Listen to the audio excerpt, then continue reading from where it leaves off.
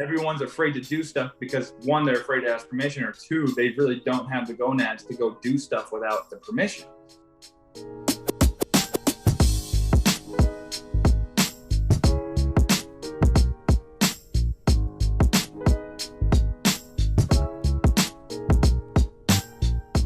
Permission and forgiveness in the workplace, there's a fine line with how to navigate it, whether it's maybe your boss says, hey, you do not do this, you do not deviate from this task or do this. But sometimes there's cases where you want to do a little extra, but how do you know when to go about it, how to navigate that? It's probably a vague question, but you know an example that you can shed some light on. How would you advise on that, Dan? So there's this saying, I think you probably know it, Nathan, a lot of other people know it as well. The saying is, it's better to ask for forgiveness than permission, right? Oh yeah. So a lot of the times, whatever it is, I'm going to have examples in a second. If you ask a manager or a boss or a company for permission, it usually has to go through a whole decision process, or, has to go all the way up the ranks, get approval, whatever it is. And then a lot of times it gets denied. And then, speaking back in motivation, if everything's getting denied all the time, then, why do I want to keep doing this work, Yeah. So what's helped me is, and a lot of people don't do this because they're afraid of rejection. So asking permission, if you're afraid of rejection, you're also not going to ask for permission, right? Right. So for me, and what I tell a lot of people is that if I have a good idea and I know it's going to work, and like I have no doubt in my mind that it's going to work, I'm going to do it anyways. And after it's done, I get to show that, hey, this is what I did, and this is why it worked. And, you were going to say no up front, and here you go. Like, I proved that it worked.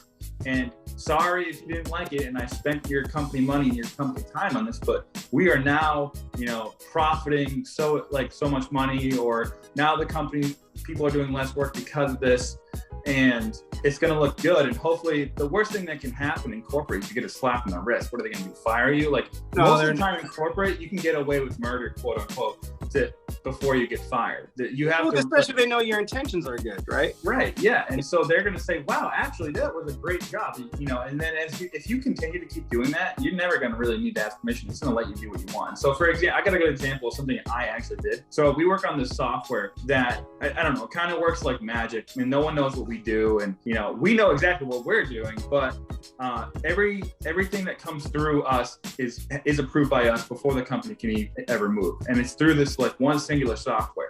And I was like, hey, I figured out that I could take 80% of the work that the entire company does and boil it down to 20%. And all I have to do is put my software on top of Google Maps, so that I said so that's foolproof. A monkey could use this. Anybody, field people, office people, everybody could use this. And I was told no up front, okay? And I knew that they were gonna say no. And so what I ended up doing was like, well, I know this is gonna work. I know that 80% of the work is gonna get cut down. They're gonna appreciate it. It's free for them. All the cost that it was my time in creating it, which was like, I don't know, a week. And I got it done, and I was like, hey, I did it anyways. And it ended up getting implemented in the company, and we saved time, money. Like everyone was happy with it. They got a view on like what was going on, and it helped me. Like I got a big raise because of it, because I brought it to review time, and they were like, look what I did. This is what Dan did. He's worth more money, and so we saved them a lot of time. And so if I look back, I really wanted to be like, I told you so. Like I was like, I never had to I shouldn't have even asked for permission, because you were going to say no anyways. And I've then continued that. That's one example. I knew about this beforehand, but it always is better. Like if you know that they're not going to get really mad, or you're not going to get fired. And I'm not saying like these need to be good intentioned ideas, nothing malicious. Like I don't even have a good example of a malicious idea, but don't make it. I got one. Using the company funds to take a client out to a strip club in hopes of gaining the business. Oh, yes. So don't do something like that where you know that's a bad idea. Hopefully you've read through the ethics of what the company is about. But I must have lost it between the. Never mind, I'm editing that part out. I must have lost it between the cleavage. I'm editing that part out. That's just you and I talking. That's actually, I could use that. So, if you were to bring your client out to a strip club on company money, Obviously, if you ask for permission, you're going to get denied, obviously. Yeah. But if you've done it without telling them and they see it in the receipts of, when they go do the billing. I mean, most corporate companies, especially if they're big enough, are just going to give you a little slap on the wrist and like, don't do that again. Like, that's really bad. Don't do that again. We might not give you a bonus this year, but you're more than likely not going to get fired.